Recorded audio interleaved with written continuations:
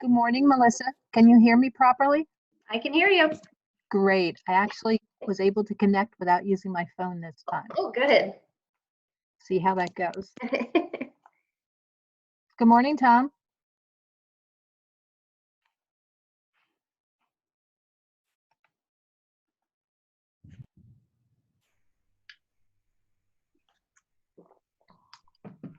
Good morning, Jim, can you everybody. hear me on the phone? Good morning, Jim. I can hear you. All right, thank you.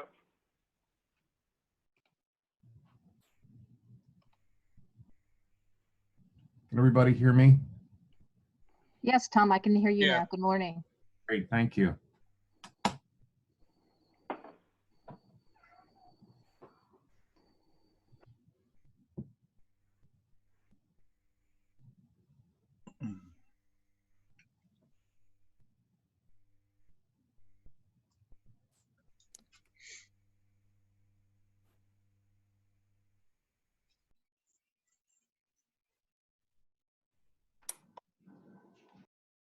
Good morning. Good morning, Steve. Morning. Just you and I. Sound like Papa Bear this morning, Steve. Not enough coffee yet. Oh. Not enough coffee. I hear you.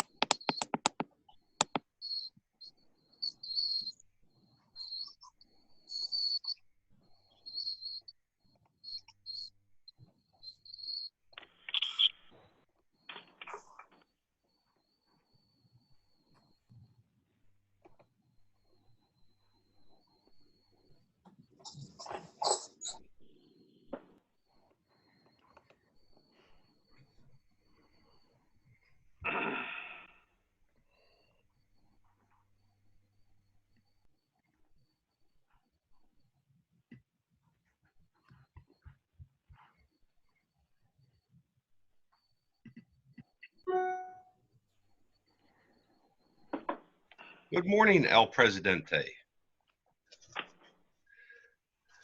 Morning, Bill. How are you? I'm good. How about you? Oh, any better? I couldn't stand myself. Did you launch any boats the other day? Did I launch any boats the other day? Yeah. We should have. You had plenty of room in the lake. Yeah, it was up to the first tree line. Yeah. I said to Pat Brandenburg, I said, you guys could hold a regatta back there. Yeah. All in all, I took a drive around and things didn't look all that bad though. No, we were lucky. I did the same thing. I kind of toured everything and we were darn lucky. I'm surprised. Yeah, me too. Muhlenberg Township didn't fare so Oh. well, but Man, they got hammered. they did get hammered. Morning, Steve. Morning. Do we have everybody? It's 8 o'clock. Melissa, you want to take roll? Sure. Keith Stark, Here. Tom Mull, Here? Paul Brass, Here. John Gallen, Steve Brunner, Here. and Greg Portner.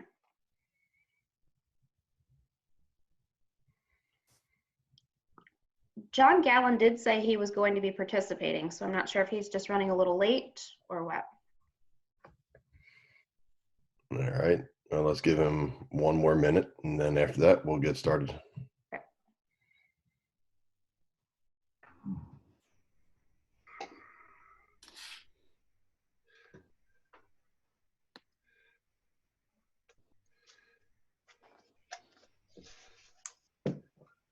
Yeah, Tom, the only thing I saw down at the manhole cover was lifted and water was coming out at Logan and Lincoln.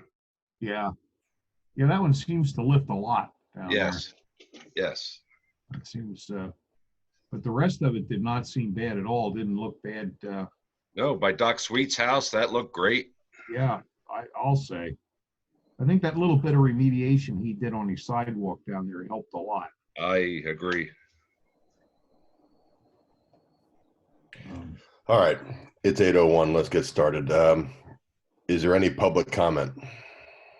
I just want to say, I see you're making extensive use of executive sessions, and just a reminder that those are only for very, very specific things, and you're not supposed to debate during those sessions, and there is also pretty lot of circumstantial evidence that you are debating in those sessions. So another reminder is that if this proves to be true, you're personally held responsible and financially responsible, not the borrower. Each of you, the participants, are held responsible financially if that is to be found.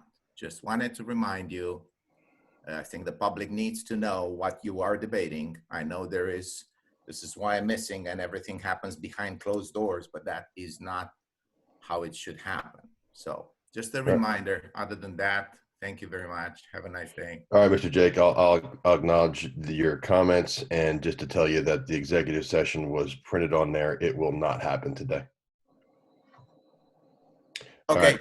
Thank you. It was not just this one, it's just generally, and I know most of you are councilmen, so a comment was not just for today. I appreciate your response, but it was just in general. There is Fair enough. a lot of evidence that a lot of stuff happened behind closed doors, and that's not right. Anyway, thanks. Jim Babb, are you there? Yes, I am. Do you want to talk about some sewer work that you're hoping we can do? Sure. Yeah, I'm here to lobby, I guess, for the reinstatement of some sewer work that we have on hold at this point. I always like to use this analogy. You put a water pipe in the ground, and it ages gracefully over 75 years, give or take. Sewer pipe's a little different. Instead of being iron, they're either clay or plastic. Every day, there's addition of grease, grit, tree roots, intruding on that pipe. And say a sewer pipe ages in dog years as opposed to a water pipe. So it's important that we keep on top of the maintenance of these sewer lines. We have 9 what I call drainage basins, and every year we try to contract what I call cleaning in TV. They'll jet clean it, run a TV camera down it, and cut out any roots, remove any grease or grit or rags, and we'll supplement that in most years with an in-house cleaning. We can't televise, but we have a jetter truck. So I'm always trying to rotate this cleaning and maintenance of sewer lines. And I think missing a year, because they age in dog years, is not prudent. It just ups the ante for blockages, putting sewage in people's basements, and just general good maintenance practices. The project that I had slated that I'd still like to do is the cleaning and televising of Berkshire Heights, along with a handful of point repairs and manhole to manhole linings that we found from last year's televising project. And I estimate the cost of what I'd like to do between $150,000 and $175,000. And I'm hoping that you guys will reinstate that.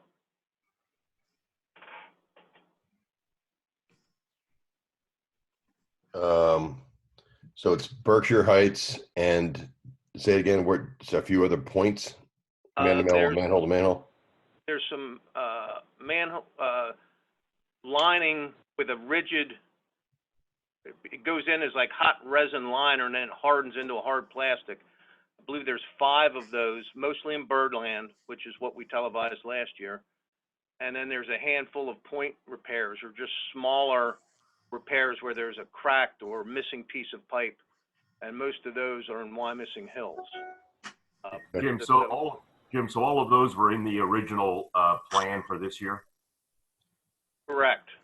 The So only if we thing don't- I'm going to want to add to that, and it's relatively minor in the scope of things, I don't know how many of you remember from infrastructure maybe 2 or 3 months ago, after we did the Birdland televising, I thought we had, I believe it was 4 laterals that were just pumping out clear groundwater into the sewer system. We went back and investigated them a second time and found only one that is a true groundwater issue. So I'd like to add lining that lateral to this list, but it's not going to affect that price of what I'm estimating, 150 to 175. I feel is a pretty valid number. So if we don't do it this year, it's just going to double up on what we have to do next year. Yeah, if we didn't do it this year, I'd ask to do 2 drainage basins next year, no doubt. Okay. All right. Well, as you know, we're struggling to figure out where we're going to be towards the end of the year. I know Phyllis is going to be working on a projection for us to get a little closer. Looking for some input and Phyllis is working on that. I'm not sure. Phyllis, you have any idea when that may be done? I hope to have it done for early next week. I'm sorry, I didn't hear you. Early next week? Okay.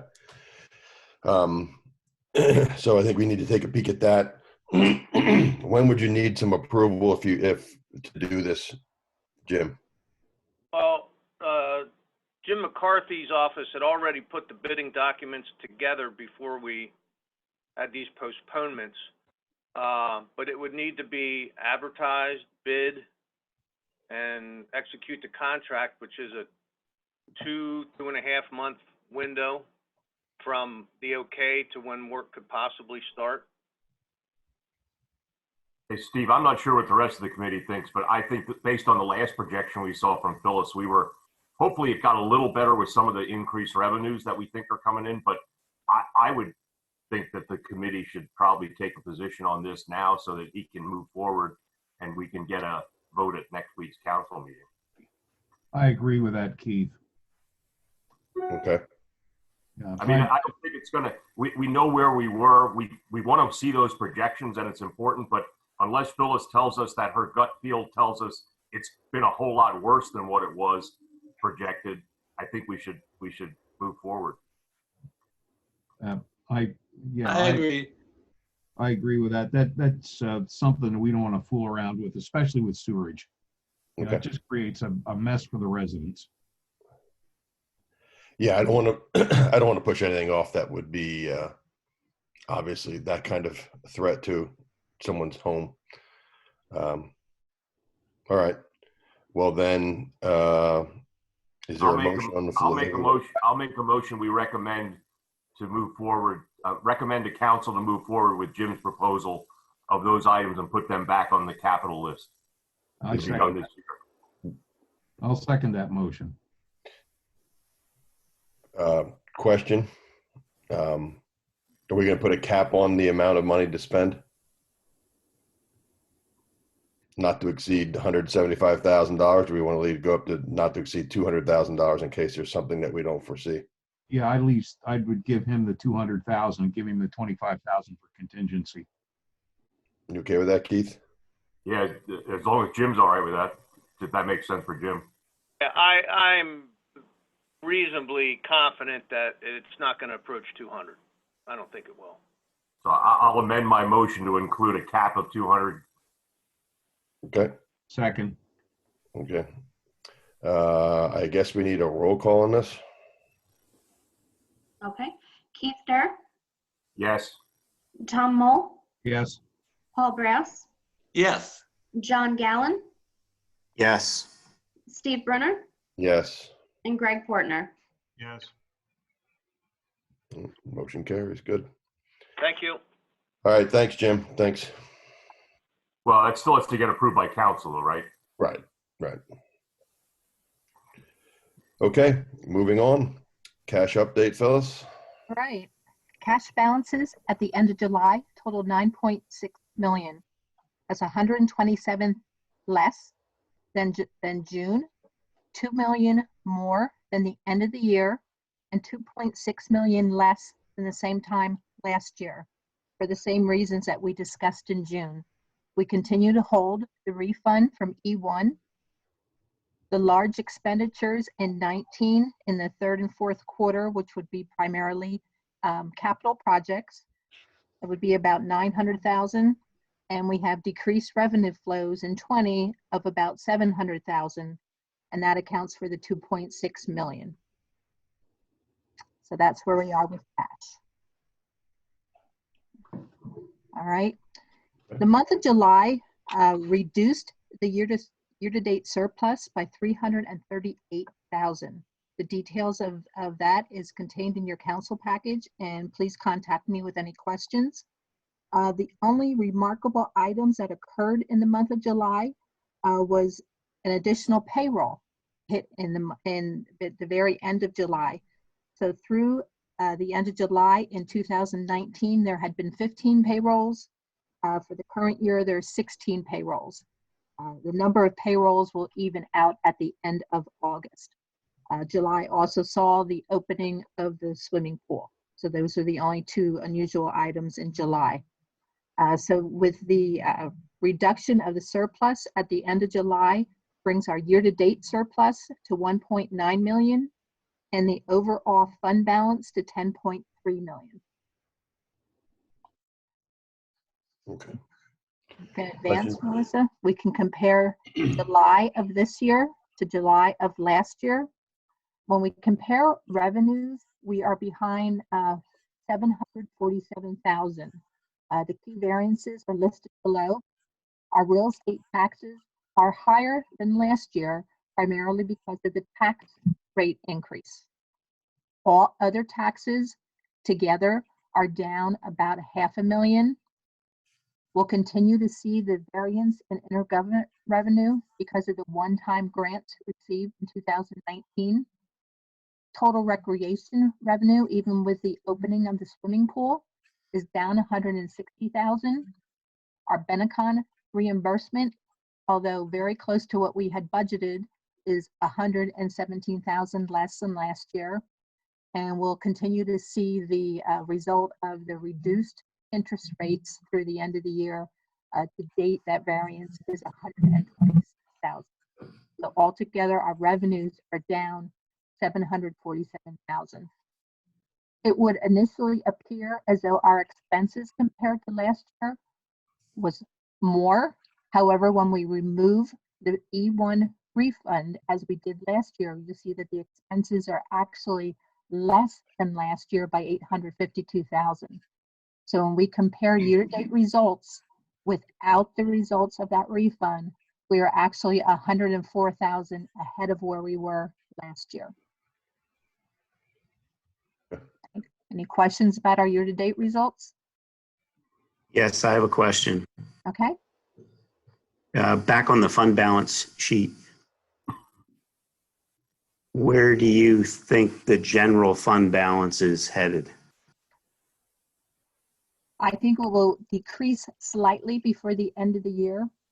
We won't approach a negative point, but we'll continue to see decreases because we've received most of our revenue in the first 2 quarters.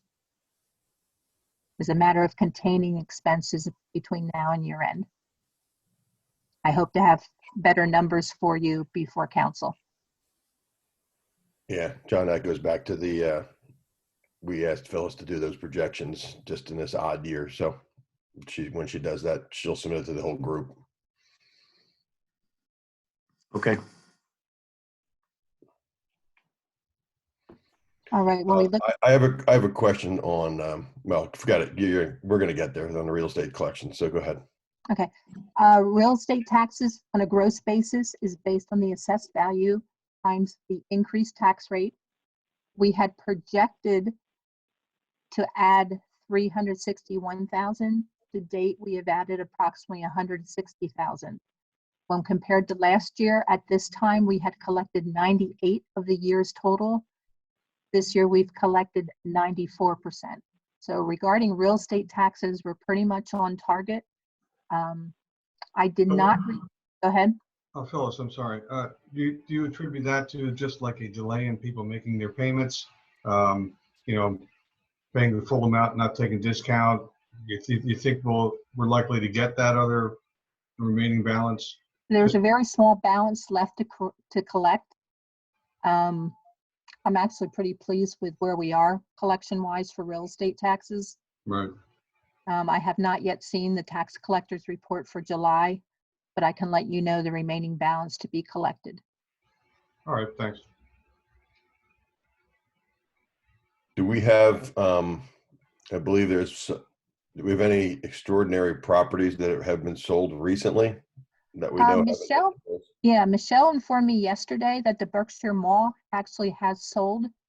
That sale I don't have the report that would include that sale yet. Michelle, are you on this call?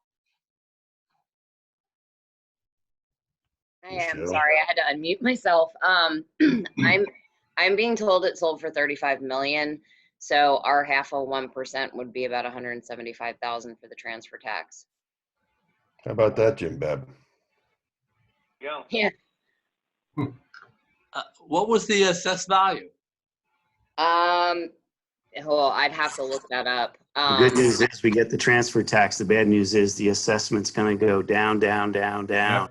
That was my next comment. Yes. They had the Allied Properties, who was the former mall property owner, had requested the assessment be lowered last year, and it went down to 28 million.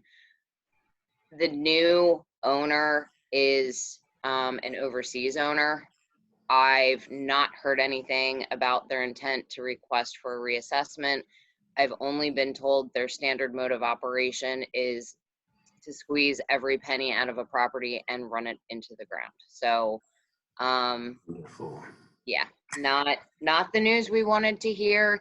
The one somewhat good piece is that Allied Properties did keep Berkshire Mall West, and I talked to Joe Nasty, who has stayed with Allied Properties.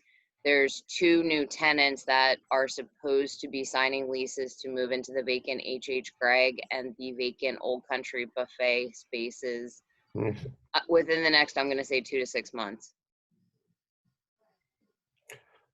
Well, there's a little silver lining there. I think we can all expect that the Berkshire Mall situation is not going to do us any favors,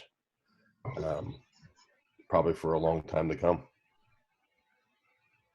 So we'll take the 175,000 in the real estate transfer tax, at least to upfront buffer for now. Okay, so we would anticipate that in the next month. Yeah, I have not yet received the August distribution of the July taxes. I anticipate that any day, and I will let you know what that July total is when received. Okay. Any other questions? Phyllis, when you do your projections, can you just highlight that as a note? Even if you don't include it, just put a note on it. Will do. Okay. I was not informed of any reassessments in the month of July, although the assessment office did forewarn us that with the return of the workers after their furlough, that reassessments are forthcoming. So I have no new news on the assessment front. Again, that will probably come in the next few days. Okay. When we look at net real estate taxes, that takes the gross and then adds all the discounts, the penalties, and the interim taxes are the changes as a result of positive reassessments. So on a net basis, our real estate taxes are up $229,000. Okay. Okay. For mercantile tax, we are seeing the result of the extended due date, although the May distribution was very low. More of it came in June and more again in July. So compared to last year, we are 338,000 behind. Compared to the budget, we are 446,000 behind. I don't anticipate a lot more through the end of the year now that the extended due date has come and passed. Last year, towards the end of the year, collections was only 80,000, so we'll receive a minimal additional amount for the end of the year. Okay. Okay. The transfer tax, this is where we'll see the influx from the Berkshire Mall. Through the end of July, we were pretty much even with the last year. So that information will be available probably this week yet. Okay. Earned income tax. I have already received the August distribution of the July collections. At the end of July, we were behind 168,000. With the receipt in August, we were 82,000 behind. September and December, as you can see, will be key months for distributions. The September is where we expect to see a dip because of the reduced summer employment. Any questions on earned income tax? Do you have any feel for what you think that dip will be? Have you heard anything from EIT or anybody? Yeah, they just forewarned us that the September distribution will indeed be down. I would say if it was half, that would be extreme. I'm expecting more like 300,000. Okay. Okay. All right. The local services tax, we were running ahead. The reduced July distribution is a result of fewer summer jobs available. They're just not, as positions aren't filled, not collecting the $2 from each pay. Where we end the year, we are missing 308,000 of the anticipated 625. My best guess would be in the 500,000 range. So you anticipate a $500,000 deficit? No, not a deficit. The most deficit, if we weren't to collect any additional tax, would be the 308. Oh, okay, got it. Okay. We All will right. get additional distributions because all full-time workers that continue to be employed will have that deduction from their pay. Sure. Okay.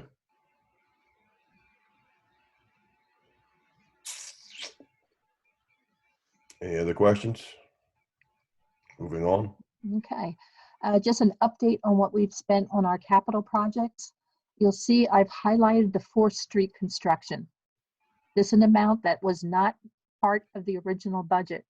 At the time we passed the budget last year, the status of the project was unknown. So as we start to incur those expenses, that will be a budget variance. The 1,800 you see is just some permitting fees that have been paid to the Berks County Conservation District. What we'll need to have I guess a future discussion as to when we start incurring construction costs. They are unbudgeted. We have the line available to pay for them, but that line is at 3.5%.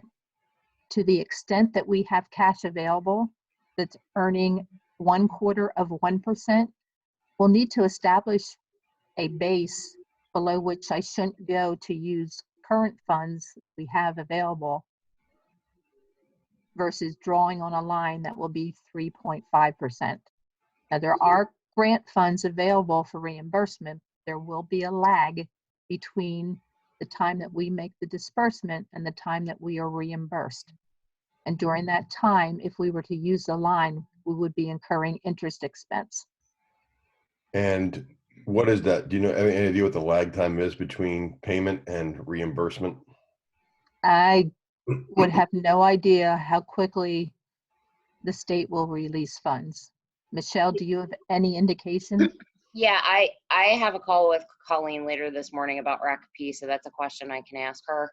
I know when we had an initial conversation about that, we can submit on a month-by-month basis for funds reimbursement, but I don't know what their turnaround time is in getting the funds back to us. All right, because that'll end up making, depending on the timing of things, it could make the 2020 budget look a little worse than it actually is. It will on a short-term basis until those funds are received, yes. Can we not take this whole 4th Street project and put that on a separate project list? Keep track of the expenses and as the reimbursements come in and keep it away from mixing it in with the capital projects that we have ongoing? It's still part of the larger budget. It is, but why wouldn't we treat it separately so that we can see it separately and not confuse it, since we know, Michelle, is it not a fact we're going to get all of that money back?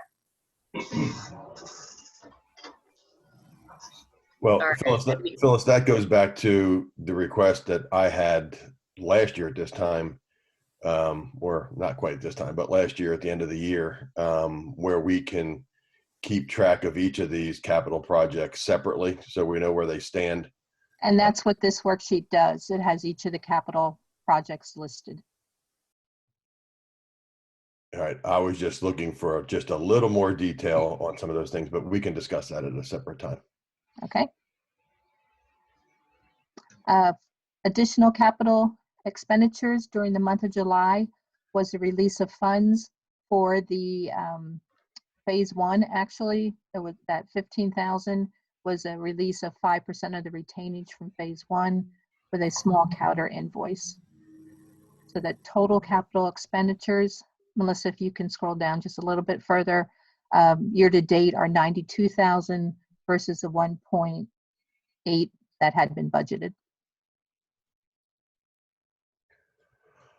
Okay. All right.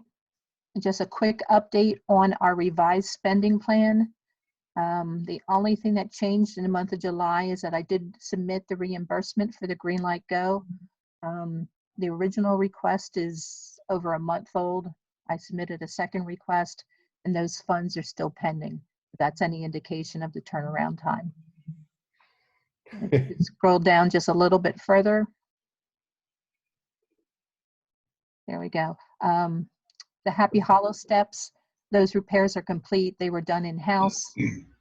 Jim indicated there was minimal work required on the trails, and the work with the Stonehouse master plan is still in progress. Last item highlighted is what Jim had discussed with the proposed 200,000 cap. Is Jim still on the call? Yes. How bad did we get hit with the trails over the last couple of rainstorms? Stone washouts, you know, of the trails that were down by the creek, typical stone washout. Nothing structural. Okay. Bridges survived?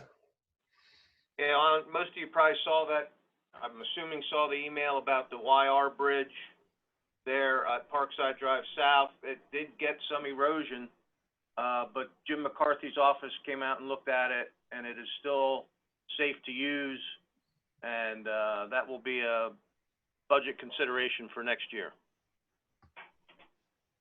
Okay.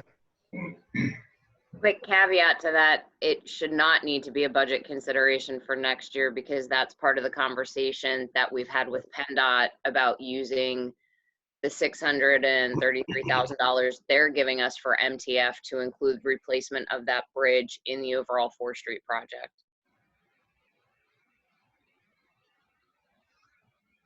Perfect. Even better. Okay. Sorry to interrupt there. All right. And that completes the update for July. Does anyone have any additional questions?